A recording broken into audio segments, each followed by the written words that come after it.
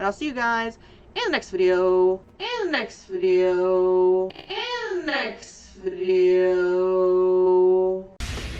Fine. I'll do it myself. Hello and welcome back to the channel. My name is Elijah Perry. So, a lot of stuff has changed since the last time one of these videos came out. Obviously, the Walking Dead comics have officially ended, and the TV show, believe it or not, isn't that far behind. Oh. Never mind then. But I do know for a fact that the comics are long ended. It's been, what, 2-3 years now? So that means I've made the decision to go back, reread, and pick up where Nikki left off 10 months ago and review issue 2 of The Walking Dead. God, if you watch these videos back to back, the change of energy tone is going to be so jarring, and I apologize. So as I'm sure we all know by now, issue 2 of The Walking Dead comics became the latter half of episode 1 and the entirety of episode 2 of The Walking Dead TV show. In fact, it's one of the first and very few cases where the comic issue number matches the episode number. And I honestly think it stops after season 1. But either way, the issue starts off the same way as we see it on the show. Rick runs out of gas on his way to Atlanta, which leads to him finding a horse, which then leads to him having to ride horseback the rest of the way to Atlanta. It gives us what has to be one of, if not the most iconic shot in the entirety of The Walking Dead. Though on a rather funny note, before we get to that shot, we actually get this funny few panels of Rick talking to the horse.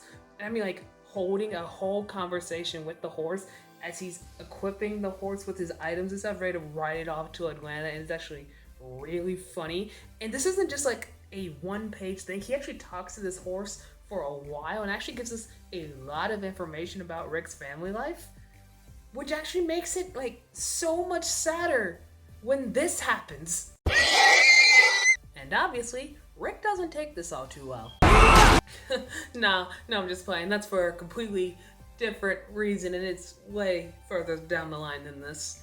No, in reality, Rick is eventually swarmed by the zombies, who, by the way, have not been named yet. So, I will call them zombies, and you can suck it, comment section, who wants to tell me otherwise. Rick is swarmed by zombies, but is very quickly saved by everyone's soon-to-be fan favorite, Glenn, who very quickly and very smartly tells Rick to stop shooting his gun because he's gonna get the entire horde to swarm the two of them. And don't be mistaken, when I say fan favorite, I mean fan favorite, and for a good reason. Here, the man really proves himself as a survivor as he's able to pull down a fire escape to get the two of them high ground, and then he jumps across a freaking rooftop and then convinces Rick to do the same, though to lesser amounts of success? I mean, a guy like him on your side, only good things can come out of this. Rick and Glenn do eventually escape the zombies, with absolutely no problems, by the way.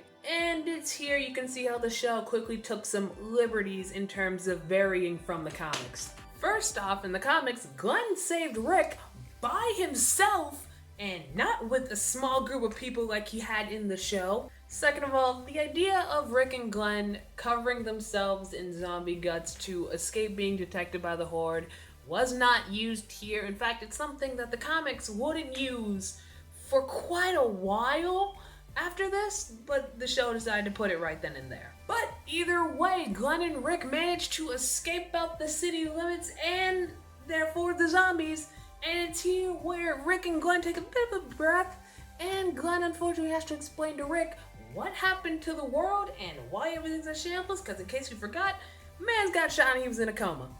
Yeah, Glenn basically tells him something along the lines of, oh, well, the government tried to group everybody together into the cities, but like always, it only takes one person to screw everything up, so one person died, turned into a zombie, and killed everyone else. Now the entire city's a zombie, and, well, if your family was there, well, they're somewhere back there. Rick, as he should, takes the news that his wife and son just might be dead, walking corpses somewhere back in the city, pretty bad. Glenn does try to cheer him up, however, and informs Rick that he has a small group of people just barely outside the city, away from the zombies, with good supplies, some vehicles, and he offers to bring Rick back to the camp. But just when it looks like the series is starting on a super depressing note, who else greets Rick at the camp but his wife Lori and his son Coral? I mean Carl. And the issue ends on a nice, happy family reunion. So that was issue 2 of Robert Kirkman's Walking Dead comic book series. Obviously, some things would not transition from the comic book to the TV show, but I do appreciate how the first 2 issues of the comics transitioned very well into the first 2 episodes of the show, and we will see later on how the other issues transition to the show, except for one episode on the show that we already know just veers right off. But we will get to that when we get to that. One thing I do like about the comic books, specifically in this issue, is how it shows more how Rick is learning to deal with the zombie apocalypse in a way that the show didn't really portray, at least in my opinion. Yeah, in the show we have a lot of Rick being confused moments and a lot of, okay, that's new. But in the comics, we don't get to see Rick's honest reactions to everything, and a lot of, oh my god, what do I do? And he actually freezes up a bunch of times, just like, oh wow, I don't know what to do. In the TV show, we get a lot of that in the first episode, but come the second episode, which takes place the exact same day and not even that long apart, it's kind of weird how in the TV show, after he kills the bicycle zombie, that he's just kind of awkwardly okay with everything, I guess you could say. But in the comics, we do get a lot of moments where we get to look and see how Rick is adapting, and he's torn apart about it. The world he once knew, gone in the blink of an eye, at least to him. So I guess it's one of the things you could say didn't really bode over well between the panel to the screen, and that's okay. It doesn't need to be a direct copy. No one's expecting it to be. But I do love how in both iterations we're giving a very good build up to the end of this part of the story of Rick finding his family. I love how in both the comic and the TV show we spend a lot of time with Rick monologuing to himself or talking to other people about his family. He needs to find his wife, he needs to find his kid. He's sharing stories about his family, and he wants to, and it really helps you find out how much he wants to find them, and you know that this is all he cares for. This is the only thing that matters to him right now. And it's portrayed very well. I think Andrew Lincoln did a really good job at showing how Rick in the comics was feeling in the moment. But that has been my review of issue 2 of The Walking Dead comic books. If you liked this video, leave a comment down below. Like the video. Share with all your friends if they like comic books or The Walking Dead. But no, like I said, if you like the video, leave a like on the video, comment down there, and if you haven't already, subscribe to the channel. We do a lot of interesting stuff over here.